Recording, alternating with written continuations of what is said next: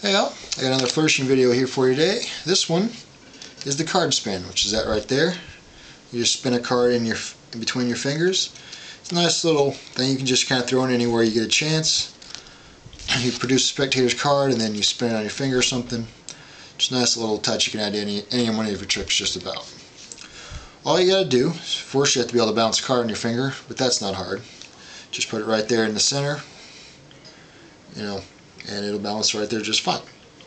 Now you have to spin it without it falling off. That's where it starts to get a little tricky, but it's not too bad. Now I bounce it on my middle finger and I spin it with my index finger. If it's easier for you to use a different finger, maybe balance it on your index finger. It's actually, I keep it on middle finger and I spin it clockwise with my index finger. Some people might prefer to bounce it on their index finger and maybe spin it counterclockwise with their middle finger or something like that. So experiment a little bit with that to see what just feels the most natural to you, and those are the fingers you want to use. But here's how I do it.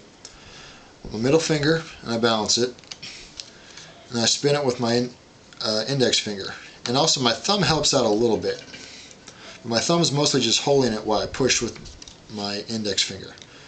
And all you do is just kind of like this, and you just want to drag it back towards you and then pull it away from the card.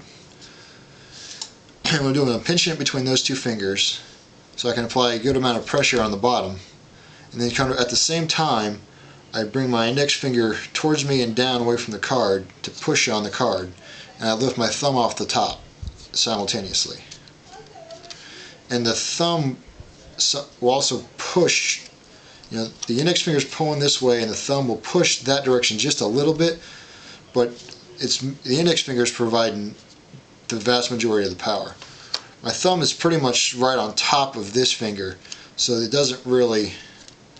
not really getting any lateral push on it at all. Now when you first start doing this, you're going to get things like this a lot, where the card just flies off your hand, or it slides off the bottom. That sort of things like that, or if you overspin it off the front. That's to be expected, that's normal. It takes a little time to get the feel down for this.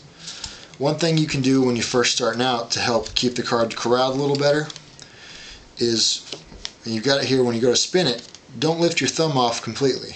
Keep it just barely touching the card, because much pressure you're going to stop the spin right away. But keep it just right on the card basically, and the card will wobble and it'll hit your thumb, but it won't ever go flying off.